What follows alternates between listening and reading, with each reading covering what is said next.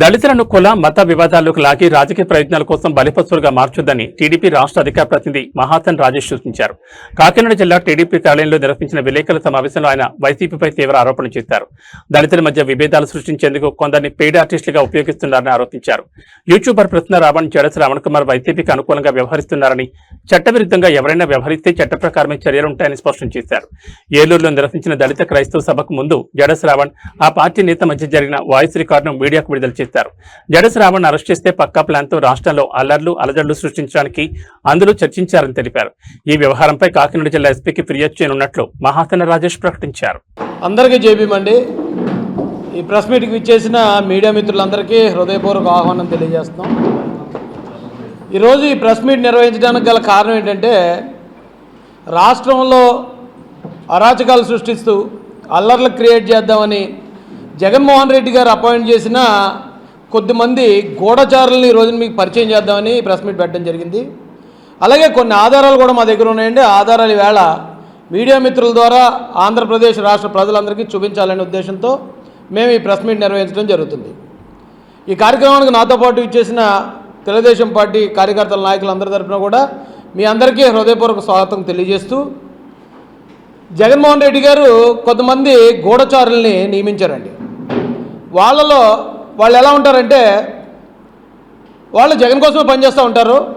కానీ వాళ్ళ ముసుగులు ఎలా ఉంటాయంటే, కొన్నిసార్లు మేము దళితులు అంటారు, కొన్నిసార్లు మేము పలానా పార్టీకి చెందిన వాళ్ళం, మాకు వయసు సాధారణ బయట నాకు మీ దగ్గరకు వచ్చే ముందు 5 సీట్లు అడిగారు. 170 దగ్గర 5 సీట్లు, మిగిలిన 170లో పోటీకి నాడు నియోజకవర్గానికి కోటి నాకు ఇచ్చేయండి, 170 కోట్లు ప్లస్ 5 సీట్లు అని అడిగాడు.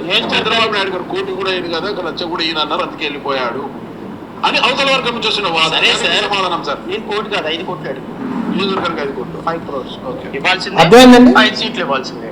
వాళ్ళు ఏమన్నారు, 5 కోట్లు ఇవ్వాల్సిందే, 5 సీట్లు ఇవ్వాల్సిందే, వాళ్ళు ఏమన్నారు, దేర్ అండ్స్ ద మ్యాటర్. అందుకని లేని గొడవలు క్రియేట్ చేస్తాం, లేని కుల ఘర్షణలు క్రియేట్ చేస్తాం, లేని ఇంత పబ్లిక్గా చెప్తున్నాడు ఇతను. ఇలాంటి వాడిని వెనకేసుకొచ్చి జగన్మోహన్ రెడ్డి, లేకపోతే ఇప్పుడు వస్తున్న వైసీపీ కార్యకర్తలు మీరు ఏం బాగుకుందామని, మీరు ఏం సాధిద్దామని, రాష్ట్రంలో మీరు ఏం చేద్దామని.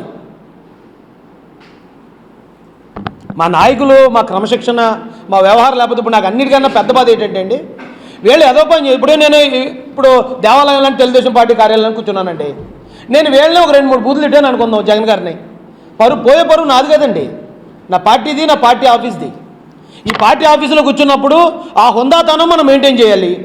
మీరు దళిత ముసుగేసుకున్నారు, అంబేద్కర్ అంటున్నారు, దళిత క్రైస్తవులు అంటున్నారు. ఆ ముసుగులో ఉండి మీరు ఈ రోజున పవన్ కళ్యాణ్ గారిని తిట్టేస్తూ ఉంటే, సనాతన ధర్మాన్ని తిట్టేస్తూ ఉంటే, లేదా మరో చంద్రబాబు నాయుడు గారిని తిట్టేస్తూ ఉంటే, ఆ బ్లేమ్ మోయాల్సింది ఎవరు? మీ వెనకాతలు ఉన్న జాతి. మీరేటి వేళ ఉంటారు, రేపు పోతారు. రేపు మళ్ళీ జగన్ మీరు డబ్బులు డిమాండ్ చేస్తారు. జగన్ మీరు అడిగిన తర్వాత ఇవ్వకపోతే మీరు జగన్ తిట్టే రకం.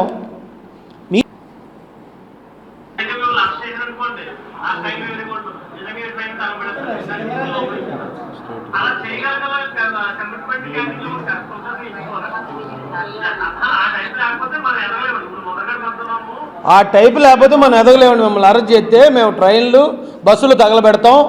ఆ టైపు లేకపోతే మనం ఎదగలేమని చెప్పి అతని అనుచరుడు, మీ అందరికీ తెలిసే ఉంటుంది, కాకినాడ చెందిన వ్యక్తే, అతను మాట్లాడాడు.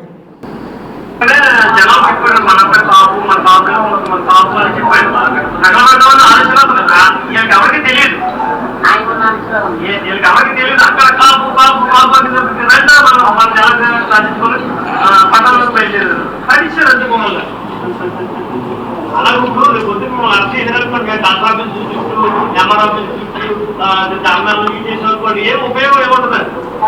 ఏ అంబేద్కర్ లాంటారో నాకు అంటారో తెగించే వస్త్రం ఏదైనా తగ్గబెట్టుకోవాలి, మమ్మల్ని కూడా వాపరేస్తారు. అయినా అప్పుడు ఒక సంచలనం వస్తుంది. ఆ టైంలో వస్తే మనం ప్రిపేర్ వస్తే మనం కూడా వస్తుంది. అమ్మాలని కోరుకుంటున్నాం సార్. ఈ ఆడియో మీ అందరూ పంపిస్తాను. వీళ్ళు అలాంటి తెలుతొక్క పని చేయరని అతను అంటే, జాడ శ్రవణ్ అంటే, మేము అలా అవ్వాలని కోరుకుంటున్నాం సార్ అని అంటే, ఇదంతా అంటే ప్లాన్ ప్రకారమే వీళ్ళు ఒక మీటింగ్ పెట్టి ప్రభుత్వం మీద ఇలాంటి అనుచితమైన వ్యాఖ్యలు చేసి ఖచ్చితంగా అరెస్ట్ చేస్తారు. అరెస్ట్ చేస్తే మేము ట్రైన్లు తగలబెట్టి, బస్సులు తగలబెట్టి ఒక అరాచకం సృష్టిస్తాం ఈ రాష్ట్రంలో అనేది ఇంటర్నల్గా వీళ్ళు చేసిన ప్లానింగ్. ఈ ప్లానింగ్ ప్రకారం వాళ్ళు కావాలనే అక్కడ రెచ్చగొట్టి మాట్లాడారు ఆ మీటింగ్లో. ఇదే జాడ శ్రవణ్ కుమార్ ఆ మీటింగ్లో అంటున్నాడు, నేను ఉప ముఖ్యమంత్రి అవుతాను, ఉప ముఖ్యమంత్రి అయ్యాక మీకు ఏదో ఉద్ధరిస్తానని చెప్తున్నాడు. అతను పెట్టిందేమో దళిత క్రైస్తవుల కోసం. ఇతను ఉప ముఖ్యమంత్రి అని మాట్లాడాడు. నాకు డౌట్ వచ్చింది, ఇతనికి ఒక పార్టీ ఉంది, అయితే ఇతను సీఎం అవుతాననాలి లేదా ఎమ్మెల్యే అవుతాననాలి, ఏది మధ్యలో ఉప ముఖ్యమంత్రి అన్నాడు ఇటబ్బా అనుకున్నాను. ఈ ఉప ముఖ్యమంత్రికి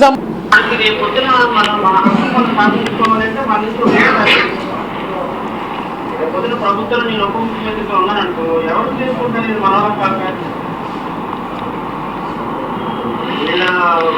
జగన్మోహన్ రెడ్డి ఉద్దేశం కూడా ఏంటి అంటే పుష్పశ్రీవాణి ఉప ముఖ్యమంత్రి ఉందా, నారాయణ స్వామి ఉప ముఖ్యమంత్రి ఉన్నాడా, రాజ్యాంగ గారు ఉప ముఖ్యమంత్రి ఉన్నాడా, ధర్మాన కృష్ణదాస్ ఉప ముఖ్యమంత్రి ఉన్నాడా, అంజద్ భాష ఉప ముఖ్యమంత్రి ఉన్నాడా, ఎక్కడున్నారు వీళ్ళంతా ఉప ముఖ్యమంత్రి. ఇదే మాట్లాడి కదా 5 ఉప ముఖ్యమంత్రిని ఇచ్చేది ఎస్సీ ఎస్టీకి తప్పదు లేదు,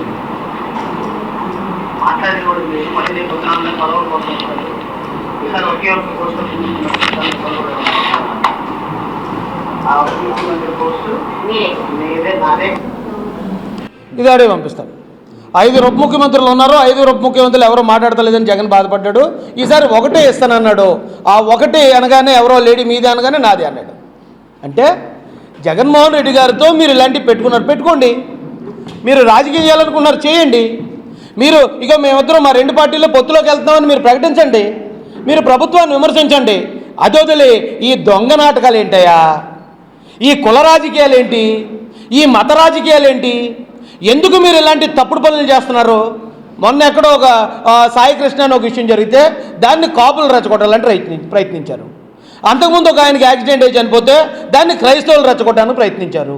ఇక్కడ పిఠాపురంలో స్కూల్లో చిన్నపిల్లల గొడవని కులాల గొడవలుగా చిత్రీకరించాలని ప్రయత్నిస్తారు. మల్లాంలో ఏదో జరిగితే దాన్ని కుల వెలి అని చెప్పి మీరు ప్రయత్నిస్తారు. ఏమండి, నేను ఇప్పుడు సవాల్ చేస్తున్నాను, ఇవన్నీ జరిగాయి కూటమి ప్రభుత్వంలో. కూటమి ప్రభుత్వంలో ఇన్ని అన్యాయాలు జరిగాయంటే రండి మనం డిబేట్ చేద్దాం, బాధితులు తీసుకురండి, మేము న్యాయం చేయిస్తాం. బాధితులు ఇచ్చిన కంప్లైంట్ మాకు బయటకు చూపించండి. ఎవరికన్నా అన్యాయం జరిగితే వాళ్ళు కంప్లైంట్ ఇస్తారు కదా, ఆ కంప్లైంట్ కాపీ ఉండాలి కదా. అక్కడ బాధితులే ఉండరు, బాధితులు వైసీపీ వాళ్ళే, పోరాడేవాళ్ళు వైసీపీ వాళ్ళే, ఆ కుల నాయకులు వైసీపీ వాళ్ళే, ఆ మత నాయకులు వైసీపీ వాళ్ళే. ఏంట్రా బాబు అంటే ఎవడన్నా ఒక క్యారెక్టర్ వేస్తాడు, 2 క్యారెక్టర్లు వేస్తాడు. ఏటే బాబు దశావతారం ఒక్కొక్కడు దశావతారం వేస్తున్నారేట్రా నాయన. మీరు రాజకీయం చేయాలంటే పార్టీలుగా మాట్లాడండి. జాడ శ్రవణ్ కుమార్కో లేకపోతే ఈ ప్రశ్నారావుని వీళ్ళందరూ పెయిడ్ ఆర్టిస్టులు, డౌట్ లేదు అందులో. వీళ్ళందరినీ ఆడించే కీ మాస్టర్ జగన్మోహన్ రెడ్డి గారు. అటు కాపులు రెచ్చగొడతారు పక్కన, ఇంకో పక్కన క్రైస్తవులు రెచ్చగొడతారు, ఇంకొక పక్కన ఎస్సీలు రెచ్చగొడతారు. చెడ్డ పేరేమో మా కులాలకి మతాలకి. ఒకవేళ దీనివల్ల ఏదైనా లబ్ధి జరిగితే జగన్మోహన్ రెడ్డి గారికి. భలే ఉందండి. అయ్యా మాకే తెలియదండి ఇప్పుడు దాకానే. మేము అడుగుతున్నాం ఈ రోజున. ఆ రావణ్ అనే ఆయన మొన్న అక్కడ కొన్ని కామెంట్లు చేశాడు. ఈ రాష్ట్రంలో ఎన్నో అన్యాయాలు జరిగిపోతున్నాయి అన్నాడు. రెండో మంచి చర్చిందాం రండి. నిజంగా అన్యాయాలు జరిగితే, చంద్రబాబు నాయుడు గారి ప్రభుత్వంలో అన్యాయాలు జరిగితే, ఏమైనా ఏ ఎమ్మెల్యే అన్నా ఎమ్మెల్సీ అన్నా డెడ్ బాడీ ఏదైనా డోర్ డెలివరీ చేస్తే, లేకపోతే ఏ ఎమ్మెల్యే అన్నా సరే శిరోమండనం చేస్తే, ఏ ఎమ్మెల్యే